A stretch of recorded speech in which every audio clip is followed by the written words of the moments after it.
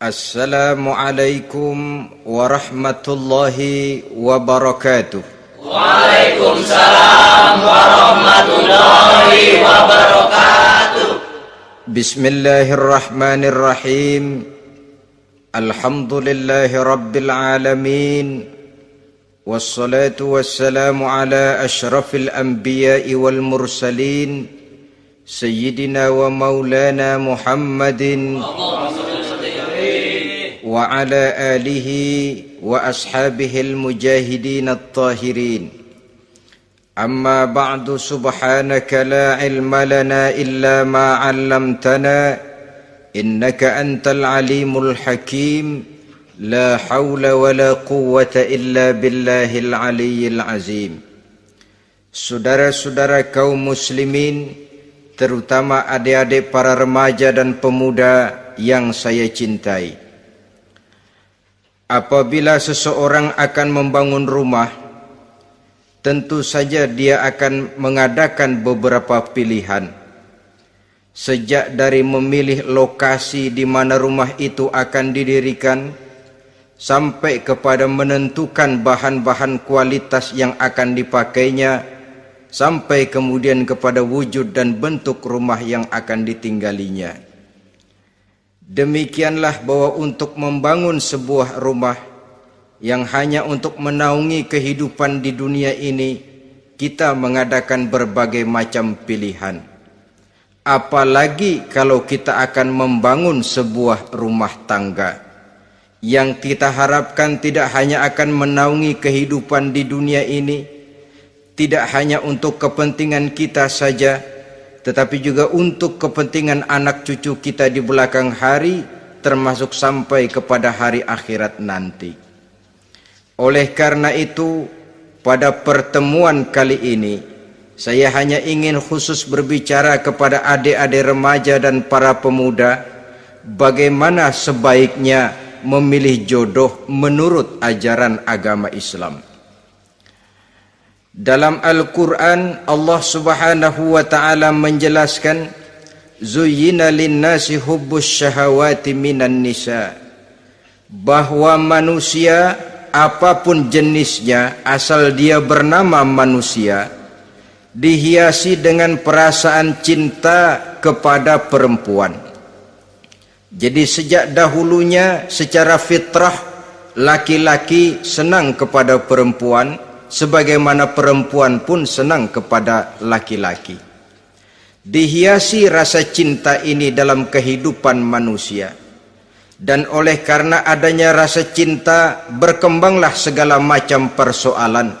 Sehingga seorang ahli cinta pernah berkata, cinta adalah 5 huruf yang membuat persoalan tidak akan pernah selesai. 5 huruf yang membuat persoalan tidak akan pernah selesai-selesai. Tetapi dalam kehidupan sehari-hari sering kita saksikan bahwa cinta ini bisa mendorong, memberikan motivasi yang baik, dan cinta ini pun bisa juga memberikan dorongan yang tidak baik. Oleh karenanya, apabila cinta itu ibarat setetes embun yang jatuh di bumi yang subur, akan tumbuhlah di atasnya aneka ragam bunga-bungaan yang harum semerbak, indah mewangi, sedap dipandang orang, menebarkan rasa aman, damai, sentosa, dan begitu selanjutnya. Tapi jika cinta itu jatuh di hati yang gersang dan tandus, tidak ada yang akan dapat tumbuh di sana selain sirih memanjat batu, kuning daunnya, lemah gagangnya, maka cinta yang semacam itu tidak akan memberikan dorongan positif kepada seseorang di dalam kehidupannya.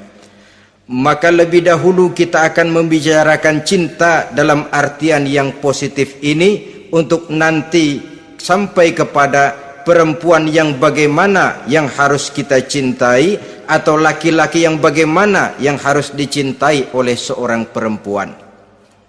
Saudara hadirin yang saya hormati, cinta dalam artian yang positif, pertama, dia selalu mendatangkan keindahan. Yang kedua, cinta itu memberikan energi atau semangat untuk berjuang. Dan yang ketiga, cinta itu selalu membawa resiko dalam bentuk pengorbanan. Maka cinta yang positif pertama melahirkan keindahan. Disinilah orang memerlukan filter atau saringan, sebab keindahan yang didasarkan karena cinta itu merupakan satu keindahan yang relatif saja. Boleh jadi karena indah orang jadi cinta, boleh juga jadi karena cinta segala sesuatu terasa jadi indah. Namun bagaimanapun juga, kalau hati sudah diliputi oleh rasa cinta, segalanya akan terasa menjadi indah. Cinta itu adalah keindahan. Yang kedua, cinta itu energi, melahirkan dorongan dan semangat. Yang lemah bisa menjadi kuat, yang takut bisa menjadi berani, yang jauh jadi terasa dekat. Itu semua karena dorongan cinta. Dan dari energi ini lahirlah yang ketiga, bahwa cinta adalah pengorbanan. Sehingga orang berkata, berani bercinta artinya harus berani berkorban. Takut berkorban, jangan bercinta. Kalau cinta ini kita salurkan kepada nilai-nilai agama umpamanya, yang pertama, cinta mendatangkan keindahan. Kita cinta kepada agama, maka apapun yang diperintahkan oleh agama akan terasa menjadi indah. Solat akan terasa menjadi indah, puasa terasa menjadi indah, zakat terasa menjadi indah, jihad pun akan terasa menjadi indah. Persis kalau kita cinta kepada seorang gadis. Jika kita cinta kepada seorang gadis, apanya saja akan kelihatan menjadi indah. Jalannya terasa indah, lenggang-lenggoknya terasa indah, suaranya merdu padahal cemprengnya bukan main. Seluruhnya akan mendatangkan keindahan karena dasarnya sudah cinta. Cinta membawa kepada keindahan. Yang kedua, cinta itu melahirkan energi. Orang yang cinta kepada agama akan lahir tenaga dan semangatnya melaksanakan ibadah, melaksanakan puasa, melaksanakan zakat, melaksanakan solat, melaksanakan haji, bahkan melaksanakan jihad sekalipun. Cinta selamanya menimbulkan energi dan semangat. Sama saja dengan kita apabila jatuh cinta kepada seorang gadis, walaupun rumahnya jauh, katanya, gunung pun akan kudaki, lautan pun kuseberangi. Untuk apa itu? Untuk menemui apa yang kita cintai. Cinta selamanya melahirkan energi. Capek tidak terasa, lelah tidak terasa, semuanya tertutup oleh keindahan yang bernama cinta. Lalu yang ketiga, cinta membawa pengorbanan. Apabila kita cinta kepada agama, maka pengorbanan terhadap apapun yang diminta oleh agama, baik itu pengorbanan waktu, tenaga, pikiran, harta, bahkan pengorbanan nyawa sekalipun, kita tidak akan berat melaksanakannya karena cinta kita kepada agama yang kita anut ini. Demikian juga cinta kita kepada seorang perempuan akan membuat kita rela berkorban. Apapun yang dia minta, jangankan kita tidak mampu, jangankan kita mampu, kita tidak mampu sekalipun, kita masih berusaha untuk mampu guna memenuhi tuntutan si buah hati belahan jantung. Kadang-kadang malam minggu si doi ngajak nonton, umpamanya duit tidak ada, gajian belum, kerja enggak, timbullah inisiatif, entah sepatu kita jual ke tukang loa, entah celana mampir dulu ke tempat lain, yang penting kita berkorban untuk memenuhi permintaan si buah hati belahan jantung. Ketika itu pengorbanan sudah tidak kita rasakan lagi. Bahkan pengorbanan yang paling pedih sekalipun, dalam gurau, dalam bercanda misalnya, dicubit kita oleh kekasih kita, pedih bukan main, terkelupas kulit, mengalir darah, bukan nangis, nyengir. malah kadang-kadang minta tambah dicubit lagi. Itulah romantikanya cinta, sanggup membuat orang berkorban, melahirkan energi dan semangat, menambah keindahan dalam kehidupan, sepanjang dia dalam artian yang positif. Kalau demikian masalahnya, di dunia yang penuh dengan perbenturan nilai sekarang ini, orang sering salah jalan bagaimana memilih jodoh untuk membangun rumah tangga yang bahagia. Jangan lupa bahwa membangun rumah tangga ini bukan hanya untuk 1-2 bulan, bukan hanya untuk 1-2 tahun, bahkan bukan cuma untuk kehidupan dunia, lebih daripada itu pun untuk menunjang kebahagiaan di akhirat.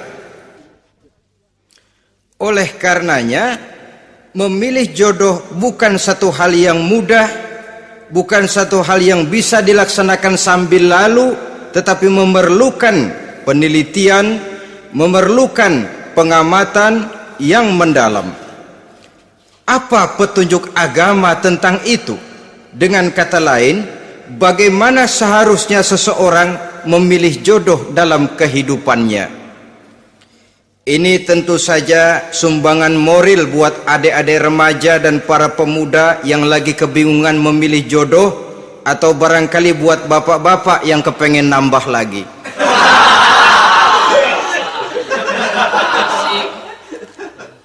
Mohon maaf kepada ibu-ibu, saya tidak menganjurkan, cuma ngajarin.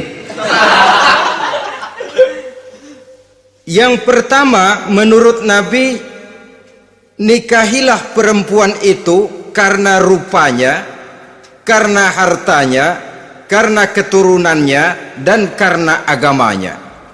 Ada 4 motif utama di sini. Pertama, memilih jodoh, lihatlah rupanya. Lagian siapa yang kepengen dapat jodoh rupanya nggak karu-karuan? Cari rupa yang cantik, indah, dan menawan. Namun jangan lupa, saya katakan di zaman di mana sering terjadi benturan nilai seperti sekarang ini, orang sulit untuk mendapatkan keaslian. Di mana teknologi sudah sedemikian canggih, di mana ilmu kedokteran sudah sedemikian maju, maka berbagai macam rupa bisa dibentuk dengan apa yang dinamakan operasi plastik misalnya. Yang pesek bisa dibikin mancung, kuping yang kelebaran bisa dibikin sedang, pipi yang kembung sebelah bisa dibikin rata, janggut yang tidak menarik bisa dibikin bak lebah bergantung katanya. Oleh karena itu, kalau pilihan hanya tertuju kepada rupa yang cantik saja semata-mata, kita sudah melakukan satu kesalahan yang sangat besar. Sebab apa? Diperingatkan oleh Nabi melalui hadis Ibnu Majah, Bazar dan Baihaqi dari Ibnu Umar. Janganlah kamu kawini seorang perempuan karena kecantikannya, sebab kecantikan boleh jadi akan mencelakakan. Jangan juga kamu kawini perempuan karena hartanya, sebab kekayaan biasanya akan mendatangkan kesombongan. Tetapi kawinilah karena agama dan akhlaknya, karena itulah yang akan membawa kepada kebahagiaan. Saudara-saudara kaum muslimin, terutama adik-adik remaja dan para pemuda, dikala usia puber, apalagi mata baru terbuka, awal balik namanya, remaja sering kehilangan filter. Pokoknya asal ngelihat rupa yang sudah lemot, denok, geboy,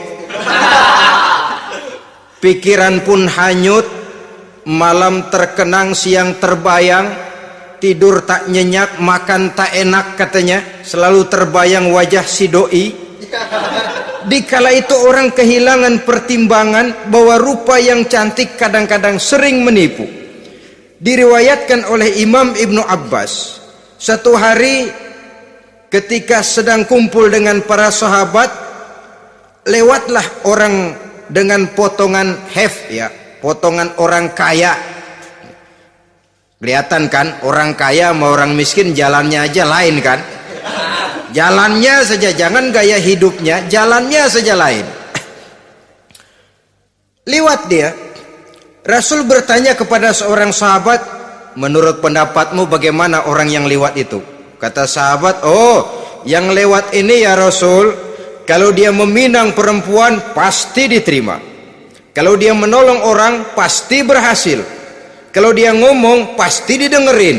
Kenapa? Orang kaya. Orang kaya ya Rasul. Kalau dia minang, perempuan mana yang kagak bisa menerima kalau dipinang oleh orang kaya, biar mukanya udah belipet kayak dompet tanggung bulan. Kalau memang duitnya banyak, nggak kelihatan tuh muka yang belipet, yang kelihatan duit. Kalau dia nolong orang pasti berhasil apa yang dia tolong itu. Kalau dia ngomong pasti didengerin orang, walaupun omongannya biasa-biasa saja. Kenapa? Orang lihat penampilannya. Sudah, ketika orang itu lewat, beberapa lama kemudian lewat lagi seseorang yang kelihatannya miskin. Rasul tanya lagi, kalau orang ini bagaimana pendapat kamu? Wah, potongan begini sih Rasul, kalau dia minang orang tolak. Siapa yang mau kawin sama kere begini? Kalau dia nolong orang pasti nggak berhasil. Kalau dia ngomong kagak bakalan ada yang mau dengerin. Siapa yang mau dengerin orang susah ngomong? Setelah orang itu lewat, apa kata Rasul? Orang yang terakhir yang lewat ini, yang barusan lewat, jauh lebih baik dari yang pertama yang lewat tadi. Jauh lebih baik. Maksud dari ucapan ini, Rasul sebenarnya mendidik para sahabat jangan tertipu oleh penampilan. Sebab penampilan tidak selamanya mencerminkan keaslian. Apalagi di zaman sekarang, salon di mana-mana bejibun. Alis mata bisa dibikin, pipi bisa dicat. Yang pinggir kuning, yang tengah merah, di sebelah merah ada yang kehitam-hitaman, persis orang kepentok tiang listrik.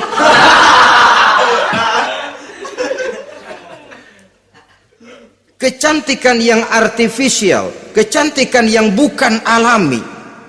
Karena itu silakan saja cari yang cantik, tapi jangan terpaku sampai di situ.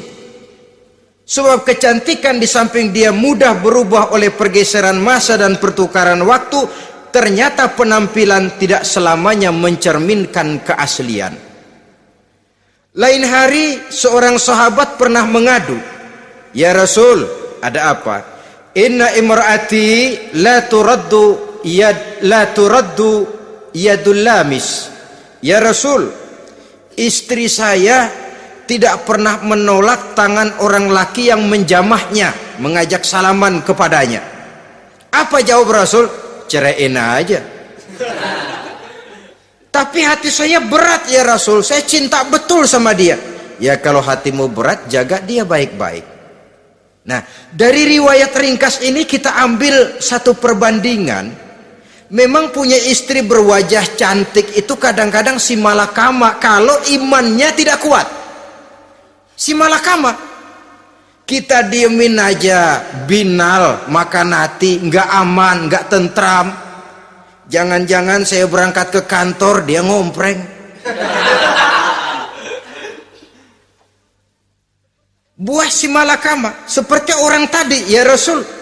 Istri saya kelihatannya sebenarnya tidak negatif maksudnya ini, cuma bersalaman, tapi terlalu ngobrol. La turaddu yadul lamis, tidak pernah menolak orang yang ngajak salaman. Ya sekedar salaman. Tapi kan awalnya dari salaman. Kalau sudah salaman kan strum bisa ngederdet dari tangan situ. Kata Rasul sederhana saja, ya kalau memang begitu ceraiin. Saya nggak kuat Rasul, saya cinta betul sama dia. Kalau kau tak kuat berpisah dengan dia, jagalah dia baik-baik. Ajar, didik, tanamkan rasa keagamaan di dalam hatinya. Saudara-saudara kaum muslimin, jadi rupa yang cantik tanpa didasari oleh nilai-nilai agama akan membuat seorang suami di rumah tangganya seperti si malakama. Seperti berhadapan dengan buah si malakama. Kalau tidak diiringi dengan nilai-nilai moral yang luhur dan bekal agama yang tangguh. akan pergi jauh dari rumah rasanya tidak aman, sedangkan di rumah saja siapa yang akan mencari nafkah, dan begitu selanjutnya. Orang tadi jelas berhadapan dengan buah si malakama, didiamkan, makan hati. Sebab maaf, kalau seorang suami sudah tidak punya rasa cemburu terhadap istrinya, itu kan yang disebut dayus. Dan dayus itu jangankan masuk surga, bau surga saja dia tidak dapat. Tapi cemburu dalam artian bukan cemburu buta, cemburu dalam artian yang wajar. Dia cemburu, akan dikerasi takut kalau istrinya minta cerai, sedangkan dia cintanya sudah kadung medok bener. Si malakama jadinya. Nah, ini juga satu riwayat yang memberikan gambaran kepada kita. Pilihan, silakan cari rupa yang cantik saja, cari yang cantik. Tapi kalau itu dijadikan motif utama tanpa dasar-dasar agama, saya khawatir nanti rumah tangga kita akan berhadapan dengan buah si malakama. Jadi adik-adik remaja, usaha, ikhtiar, cari yang cantik, yang kira-kira nggak membosenin, supaya kita betah tinggal di rumah, supaya kita merasa ada tempat berbagi rasa, ada tempat kita bernaung. Sebab kalau nyari bini sebini-bininya mah, ya jodoh di tangan Tuhan, kagak usah nyari juga ntar datang diri umpamanya. Iya, kalau yang datang peot. Orang harus berusaha, walaupun pada akhirnya jodoh toh memang ditentukan Allah. Kan 3 hal yang kita tidak bisa menentukan itu katanya. Maut, rezeki, jodoh. Itu yang masuk mysterious problem. Problem yang misterius. Maut misterius. Kapan kita mati kita sendiri tidak tahu. Tahun depan, 50 tahun lagi, 100 tahun lagi, tidak pernah seorang pun diberitahu. Tapi yang pasti dia bakal datang. Kapan dan di mananya kita tidak tahu. Bisa di rumah, bisa di masjid, ya alhamdulillah. Bisa di majelis taklim, syukur. Bisa di medan perang membela agama, bagus. Pasti dia akan datang. Maut, mysterious problem, sesuatu yang kita tidak tahu kapan datangnya. Rezeki gitu juga, sehingga orang sering bilang rezeki katanya kayak bayangan. Kita ubur-ubur dia lari, kita diam dia mah diam. Setengah mati kita ubur-ubur, emang ukuran segitu aja. Begitu kita nggak ngapa-ngapain, datang yang bawain rezeki. Namanya rezeki itu mysterious problem. Kadang-kadang ngobek sungsang sumbul, udah segala tanah orang kita ukur-ukurin. Udah segala ngomong sudah nggak ada yang loh, tuh sudah buta. Tapi memang bayangan, kalau belum rezeki ya belum. Kadang-kadang nyari kode sampai tidur di kuburan, belepotan tanah kuburan loh. Yang aneh lagi kadang-kadang orang gila ditanyain. Allahu Akbar, ini kode-kode zaman sekarang ini sampai orang waras nanyain orang gila, itu gimana itu? Ini sudah efek yang betul-betul negatif. Sudah jelas orang gila kok ditanya. Apa kira-kira yang nanya nggak lebih gila dari yang gila itu?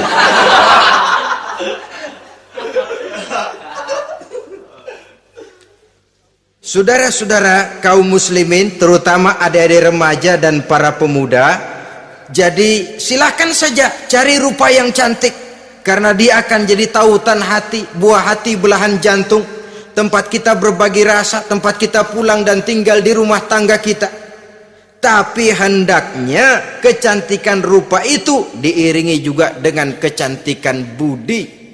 Karena itu cari rupa yang cantik. Ini pilihan utama. Yang kedua, kata Nabi, harta, cari yang kaya. Tetapi jangan lupa, jangan dijadikan pilihan utama, karena kekayaan sering mendatangkan kesombongan. Apalagi kalau seorang pemuda mendapat istri orang kaya, hidupnya dimodali oleh istrinya, maka biasanya wibawanya sebagai seorang suami akan hilang. Akhirnya komando di tangan istri. Dikala itulah suami tidak lebih daripada prajurit yang taat kepada komando istrinya. Padahal menurut konsep Quran, ar-rijalu qawwamuna 'alan nisa, laki-laki diciptakan sebagai pembimbing bagi perempuan. Kalau nanti suatu saat terjadi benturan, sedangkan modal diberikan oleh istri, terjadilah pengungkitan. Kata istrinya apa? Lu jangan bertingkah, lu kan kawin sama gue, modal lu kolor doang.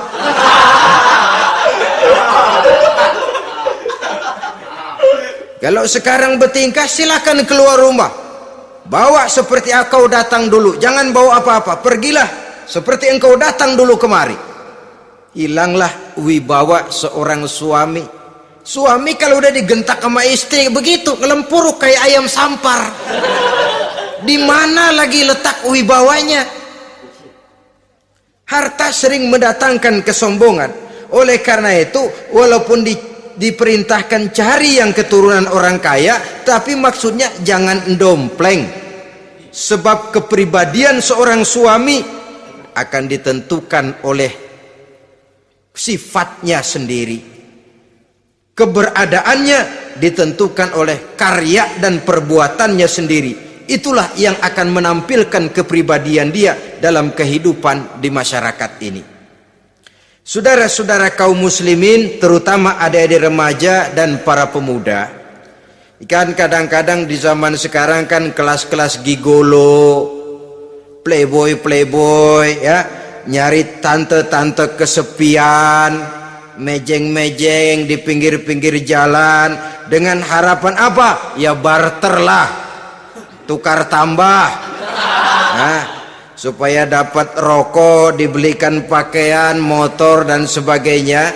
Tapi yang jelas hilang harga diri sebagai laki-laki, dan itu yang paling mahal. Kalau seorang laki-laki sudah kehilangan harga diri, apalagi yang bisa dibanggakan dalam kehidupan ini? Apa artinya naik mobil kalau kepala tertunduk ke bawah? Apa artinya jalan di tengah masyarakat kalau kita tidak bisa menengadah dengan satu kebanggaan? Hilangnya harga diri merupakan kehancuran awal dari sebuah pribadi yang untuk jangka panjang kita tidak akan bisa lagi berbuat banyak. Tanpa harta orang memang sulit untuk bahagia, tapi harta semata-mata bukan merupakan jaminan bahwa orang lantas akan bahagia. Saya barangkali harus berkata, banyak orang miskin yang kaya, tapi tidak sedikit orang kaya yang miskin. Saya ulangi ini, banyak orang miskin yang kaya, tetapi tidak sedikit orang kaya yang miskin. Nah, bagaimana pengertiannya? Orang miskin yang kaya, materinya sederhana, peralatan rumah tangganya sederhana, tapi hatinya kaya. Oleh karena hatinya kaya, jiwanya lapang. Sebaliknya, orang kaya yang miskin, di tengah kelimpahan materi yang berlimpah, segalanya serba ada, hatinya yang miskin. Kelimpahan materi tidak akan sanggup mengobati kemiskinan hatinya. Sehingga di tengah kehidupan yang serba ada, dia masih merasa kurang, maka dia tidak pernah cukup. Di tengah kemilauan dan gemerlapan serta glamornya rumah mewah, dia merasa hidup di tengah gurun pasir yang gersang dan tandus. Karena itu, biarlah miskin harta tapi kaya budi, daripada kaya harta tapi miskin budi. Lebih utama lagi kaya harta, kaya budi. Itu idealnya. Dasar pilihan ketiga sesudah rupa dan harta menurut Nabi, keluarga. Faktor keturunan sangat menentukan. Pepatah mengatakan, buah apel akan jatuh tidak terlalu jauh dari pohonnya. Biasanya kalau bapak kalong, anak kampret. bapak nyolong, anak nyopet. Itu fotokopi. Saudara-saudara, sungguh pun demikian, faktor keluarga bukan merupakan yang paling dominan, karena segalanya memang bergantung kepada hidayah dari Allah Subhanahu wa ta'ala.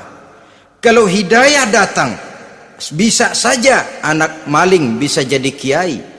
Kalau hidayah datang, bisa saja anak nabi malah ikut bersama orang-orang kafir. Pada akhirnya orang mau besar atau tidak bukan dengan jalan menyempeng kepada keturunan ke orang lain, tapi ditentukan oleh kepribadian dirinya sendiri. Tidak bisa kita menjadi besar dengan menyebut kebesaran orang lain. Itu sebabnya dicontohkan oleh Imam Ali pada saat beliau berkata, laisal fata may yaqulu kana abi walakinnal fata may yaquluha anadha. Anak muda yang gentleman adalah anak muda yang berani berkata, inilah saya. Bukan anak muda yang membanggakan leluhurnya. Ini kan zaman sekarang ini lagi ngetop-ngetopnya lagu-lagu cengeng katanya dah. Sebenarnya menurut saya bukan cuma lagu cengeng yang jadi masalah. Lagu cengeng cuma satu efek dari sikap yang lebih utama dari itu, yaitu mental cengeng. Kalau mental sudah cengeng, apapun yang kita lakukan akan jadi cengeng. Tidak cuma lagu, kebudayaan yang lahir akan kebudayaan cengeng. Jadi pengusaha cengeng, jadi pejabat cengeng, jadi kiai cengeng. Kenapa? Mental cengeng. Di antara mental cengeng itu apa? Mengandalkan fasilitas atasan. Kalau tidak ada fasilitas dari atas, lantas tidak bisa berbuat apa-apa, cengeng. Menjadi besar bukan karena karier pribadi, tapi karena nasib katrolan. Itu pun termasuk mental cengeng. Sedikit gagal, bagaimana sedikit jalan buntu, sedikit deadlock, lu ngapain lu melulu? Saudara hadirin yang saya hormati, jadi lebih penting dari sekedar lagu-lagu cengeng, saya malah lebih suka bicara mental cengeng ini. Mental yang cepat putus asa, mental yang tidak mau mengeluarkan usaha maksimal, mental yang hanya mengandalkan fasilitas. Sedangkan pribadinya tidak lebih daripada pribadi sumuhun dawuh, pribadi kulon nuwun, pribadi kumaha juragan wae, pribadi oke bos, pribadi asal bapak senang. Bukankah itu semua merupakan cermin dari mental-mental yang cengeng, yang untuk jangka panjang tidak akan pernah menguntungkan daripada pembangunan bangsa dan negara yang kita cintai ini. Seseorang mau besar atau tidak bukan dengan jalan menyempeng kepada kebesaran orang lain. Bahkan Syauqi dalam sebait syairnya yang lebih tegas mengatakan, wa syarrun nasi zu khumulin iza fakhartahum zakarul jaduda wa syarrun nasi wa khairun nasi zu syarafin qadimin aqama li nafsihi syarafan jadida. Generasi yang paling jelek adalah generasi pemalas. Kalau kelihatan orang lain lebih hebat dari dia, disebut-sebutnya kebesaran nenek moyangnya. Dia sendiri nggak punya prestasi apa-apa. Kerjanya cuma ngandeli kerjanya cuma menggelayuti fasilitas orang tuanya. Tanpa itu dia tidak akan punya nilai dan harga sama sekali. Ini generasi paling jelek.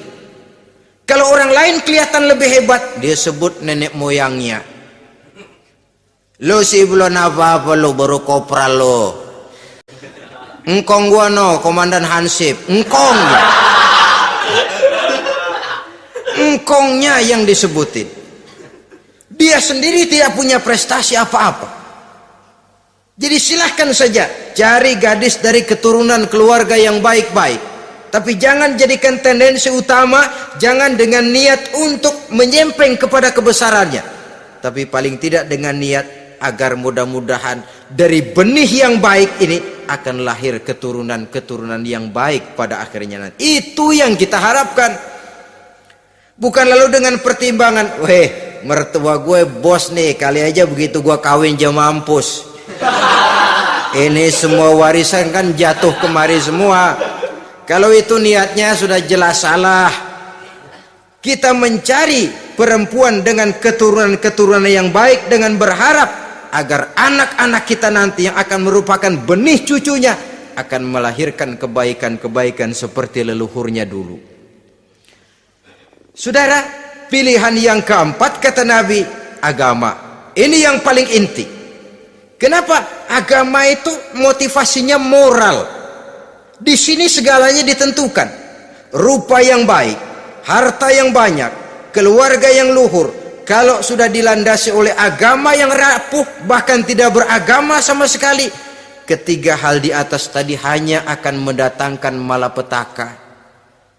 Sekarang kan kita tertipu oleh penampilan, padahal penampilan belum tentu kenyataan. Di jalan-jalan kita akan lebih terpesona melihat gadis pakai miniskirt di atas lutut ketimbang kita melihat gadis-gadis yang pakai jilbab. Kalau sudah pakai jilbab keliwat, yang usil banyak banget, bau sorga nih. Bau sorga katanya. Tapi kalau sudah yang pakai miniskirt itu yang lewat, itu dari ujung ke ujung mata kagak mau kedip, laler nemplok di mata kagak dirasain.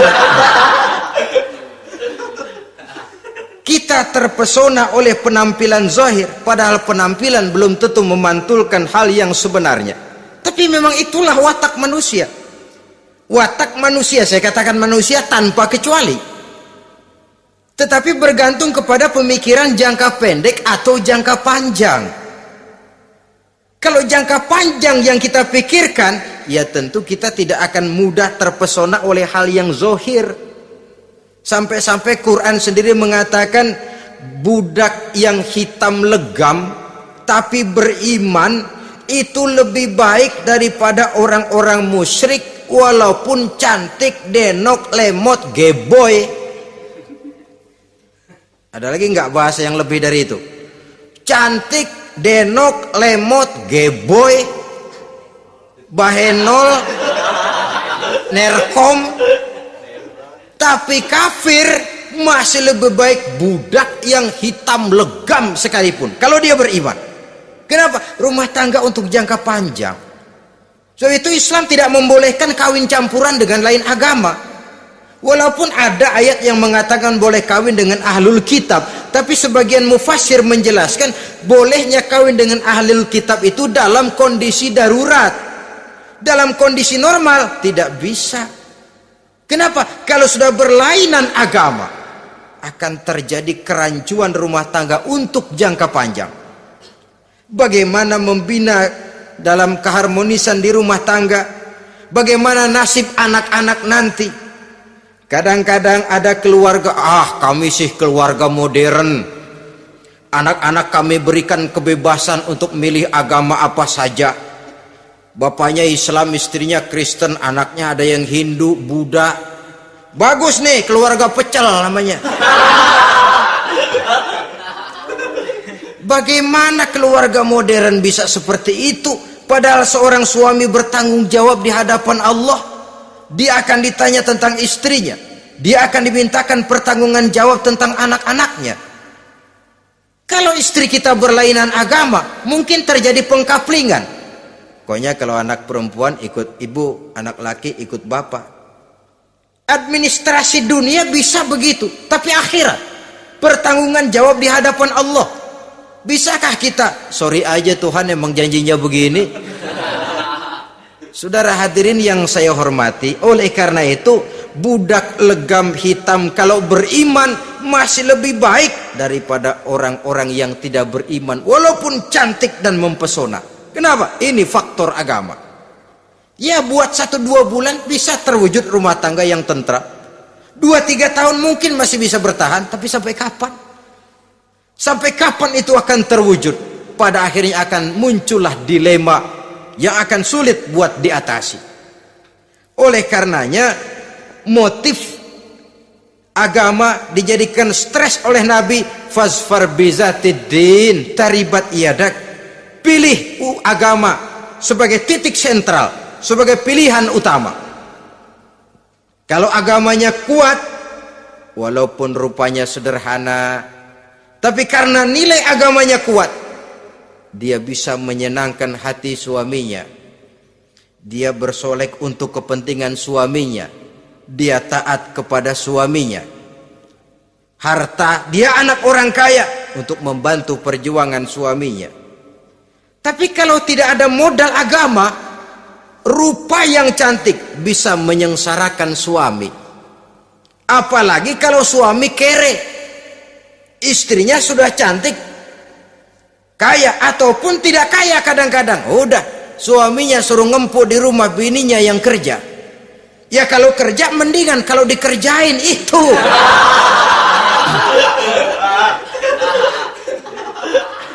Itu yang repot.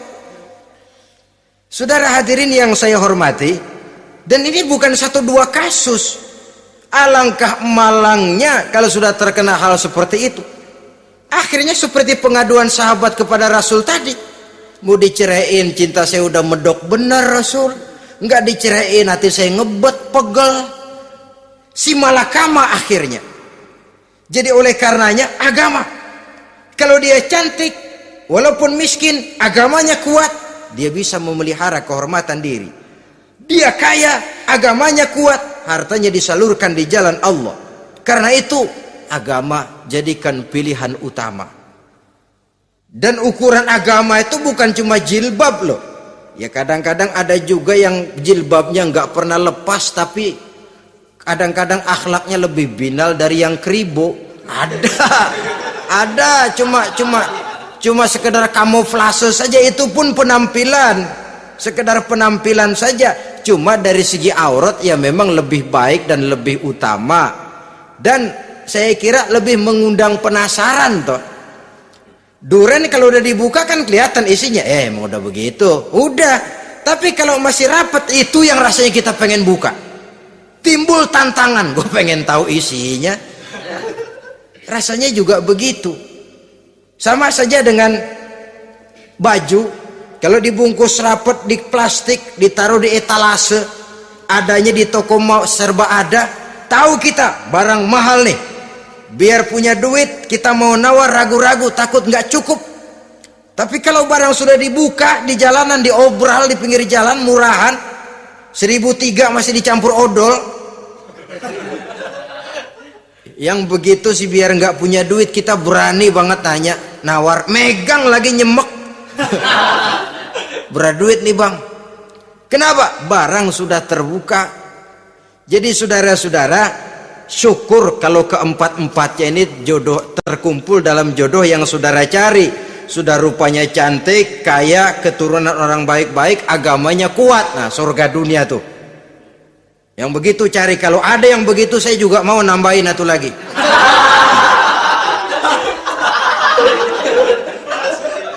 Tapi yang kumpul keempat-empatnya ini terus terang saja langka.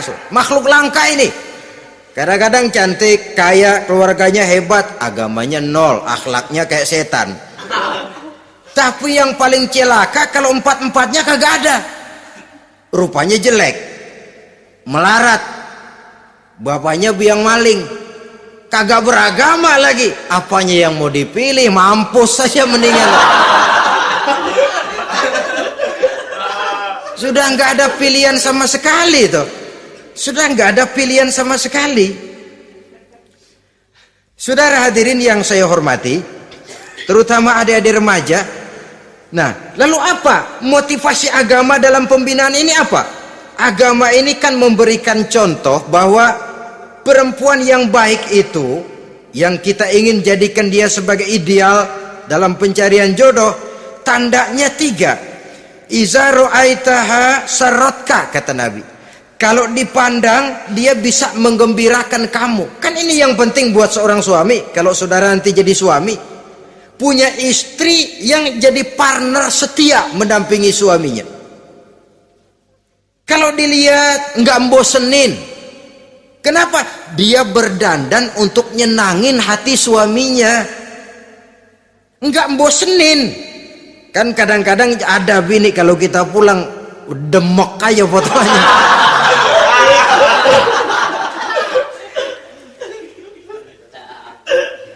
Ini yang bikin suami nggak betah di rumah ini kan yang begini. Adapun perempuan yang beragama, apabila dipandang oleh suaminya, dia pandai menyenangkan hati suaminya. Andai kata suaminya dalam kesulitan, dia tidak menambah beban kesulitan. Paling tidak dia bisa memberikan satu bantuan moral. Bantuan moral untuk mengurangi beban kesulitan daripada suaminya. Suami pulang dagang rugi, kata istrinya, romantika bang. Sekali-sekali lah, masa selamanya dagang mau untung. Besok siapa tahu untung lebih besar. Kan meringankan tuh. Kadang-kadang enggak, suami pulang dagang dari pasar panas, rugi, sampai rumah bini pidato, pletar-pletor. Lu dagang rugi, emang lu laki goblok.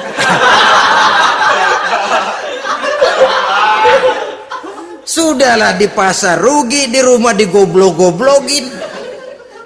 Ini nanti kena penyakit broken home yang begini ini.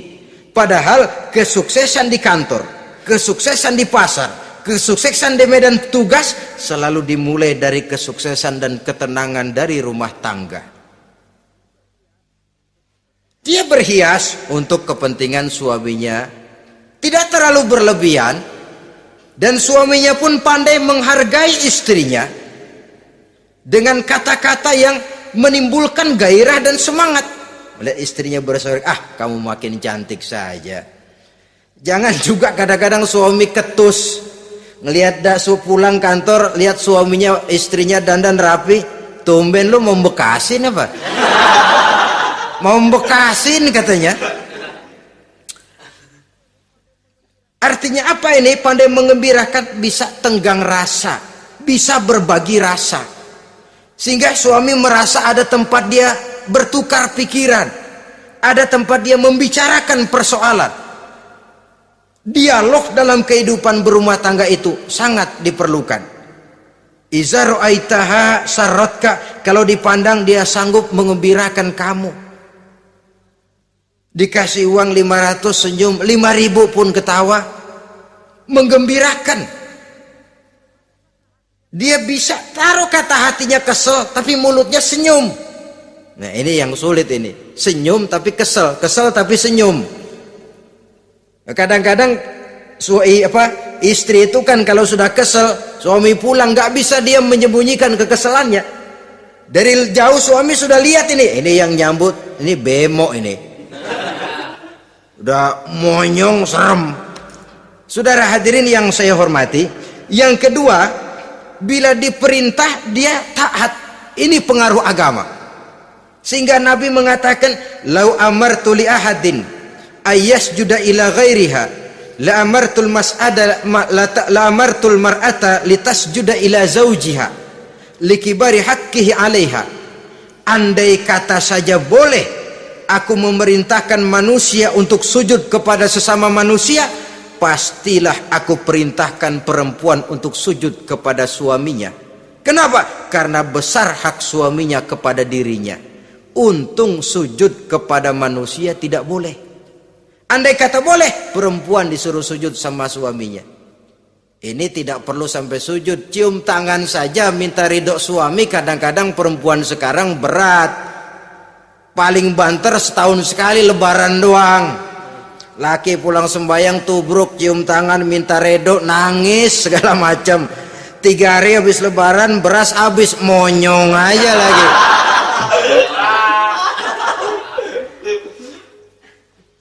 Saudara hadirin yang saya hormati,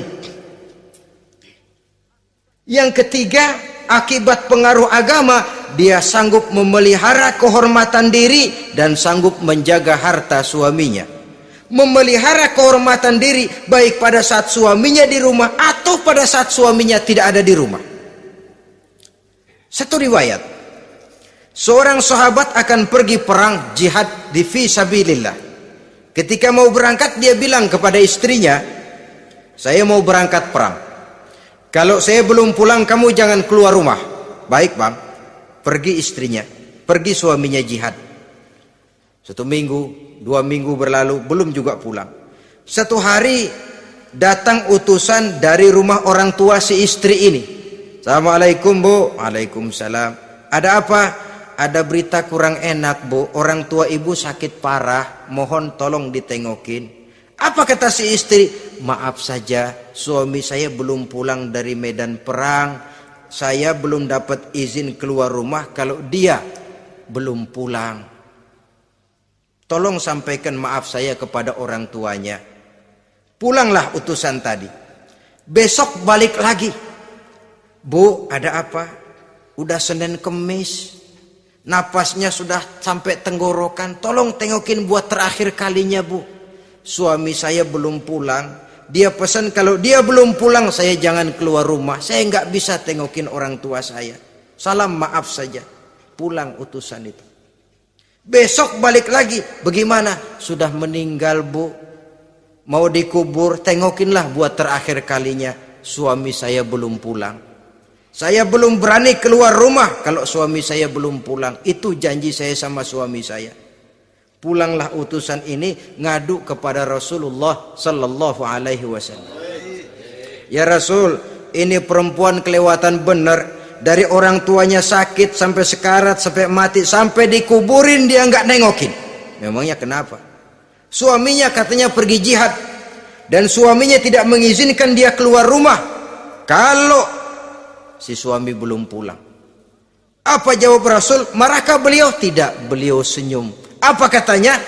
Dosa orang tua yang meninggal ini telah diampuni oleh Allah karena dia punya anak perempuan yang begitu taat kepada suaminya. Allahu Akbar. Dosa orang tua yang sudah meninggal itu diampuni oleh Allah karena dia punya anak perempuan yang begitu taat kepada suaminya. Ketaatannya kepada suaminya menyebabkan dosa orang tuanya diampuni oleh Allah Subhanahu wa taala. Suami pergi jihad, orang tua sakit keras, tidak berani dia keluar rumah. Itu tandanya bisa menjaga kehormatan diri. Kalaupun satu saat suaminya manggil, bu tolong ambilin uang di dompet. Dompetnya dibawa, bang ambil saja sendirilah, nanti salah ambil lagi saya. Kadang-kadang enggak, suaminya pergi mandi dompet berantakan. Saudara hadirin yang saya hormati, ini motivasi agama.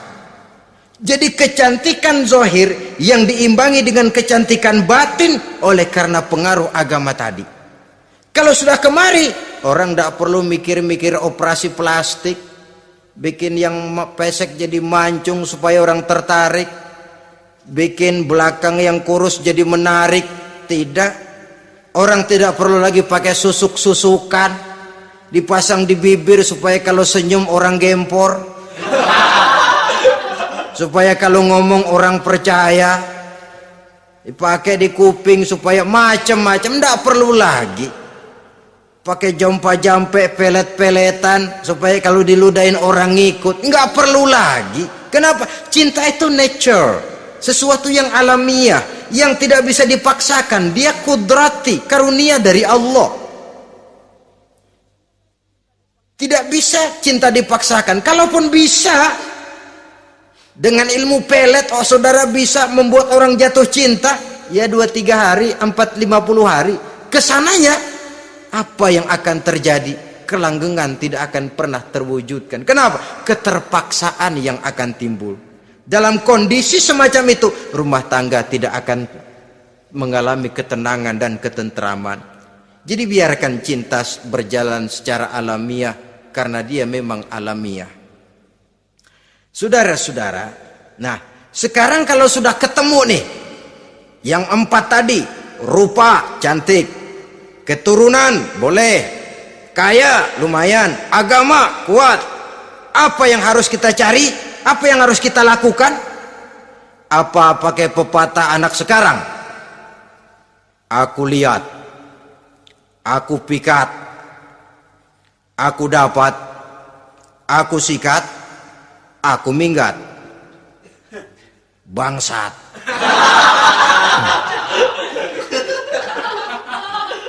Itu kan ada moto cinta kilat begitu tuh. Cinta kilat katanya. Aku lihat, aku pikat, aku dapat, aku sikat, aku minggat. Bangsat. Atau kita harus hanyut dalam arus free love, free sex, summon living, eksperimen dulu? Tidak. Islam mengajurkan kalau memang seret, ini rasanya ini nih, mantap gue nih. Apa yang diajarkan oleh Islam selanjutnya? Meminang, saudara-saudara. Meminang adalah langkah awal untuk mengikat tali pernikahan. Diizinkan meminang, dan di dalam meminang pun diizinkan untuk melihat. Cuma kalau boleh, ya syaratnya itu waktu melihat itu jangan sampai ketahuan si perempuan yang akan kita pinang itu. Untuk apa kita meminang? Pertama, untuk yakin bahwa perempuan yang kita inginkan ini sudah kumpul syaratnya itu, tidak ada cacatnya. Yang kedua, untuk memperkuat tekad hidup berumah tangga, diperlukan meminang. Adapun adat itu berbeda. Tapi bahwa konsep meminang itu dalam Islam ada, itu jelas. Ya kalau mesti bawa pisang raja, pakai roti buaya, pakai martabak segede ban mobil truk segala macam, itu adat saja, ya. Tapi yang real meminang itu ada dalam Islam. Nah, bagaimana adab meminang? Setelah kita tahu anak ini cantiknya ya, keturunan baik, ya kekayaannya lumayan, agamanya kuat, pinanglah dia. Caranya boleh lihat langsung. Lihat langsung kalau bisa tanpa setahu si perempuan. Dan batas yang boleh dilihat itu muka dan tangan. Itu saja. Jadi jangan gerusak. Minta permisi Pak, saya mau ngelihat anak bapak seutuhnya, soalnya buat saya ini nanti. Apanya aja dibedolin, jangan. Kira-kira yang boleh itu muka sama tangan. Andai kata kita risih, sebab nanti kalau nggak jadi akan jadi timbul rasa malu dan si perempuan juga kasihan. Boleh mengutus perempuan yang kita percaya. Coba kau ke sana, lihat kondisinya yang sebenarnya bagaimana. Kalau ngelihat dari jauh sih utuh, siapa tahu nanti tangannya kurang sebelah. Coba lihat sana.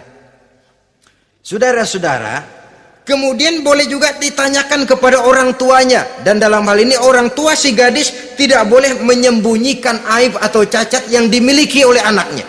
Dia harus menceritakan apa adanya, sampai pun kekurangan anaknya yang paling kecil sekalipun. Sebab apa? Jangan sampai istilah pepatah beli kucing dalam karung. Kedengeran suaranya doang meong-meong, begitu dibuka tuh kucing gempor sebelah kakinya nggak ada. Kan tentu kita tidak kepengen kecewa di belakang hari. Itulah perlunya meminang sebagai jembatan untuk menuju kepada pernikahan. Nah, dengan demikian kalau sudah usaha meminang ini dilaksanakan, jangan merasa sudah setengah resmi. Ini yang kadang-kadang jadi penyakit. Malah sesudah meminang harus masing-masing lebih menjaga diri, menjaga kehormatan, menjaga pergaulan. Kenapa? Agar saat memasuki jenjang pernikahan nanti merupakan jenjang yang sangat ditunggu-tunggu. Ada rasa keinginan tahu. Kalau tidak, ya udah biasa, nggak giroh lagi ngadepin perkawinan. Kenapa? Kemarin-kemarin gue udah cobain. Hilang gairah lagi. Sebab itu kalau sudah meminang jangan merasa sudah setengah halal. Udah minang ini Kadang-kadang orang tua juga konyol, sudah dipinang diumbar, lu mau kemana keda lu udah pinang. Padahal meminang itu cuma langkah awal, sedangkan selanjutnya harus lebih berusaha menjaga kehormatan diri sampai pada saat nanti pelaksanaan pernikahan. Nah, saudara-saudara, terutama adik-adik remaja dan para pemuda, walaupun agak sekilas memang karena terbatasnya waktu pada pertemuan ini, mudah-mudahan bisa memberikan gambaran yang sepintas tentang bagaimana sebaiknya kita memilih jodoh di dalam membina rumah tangga yang bahagia. Semoga ada manfaatnya. Terima kasih atas segala perhatian. Mohon maaf atas segala kekurangan. Usikum wa nafsi bitaqwallah. Wassalamualaikum warahmatullahi wabarakatuh.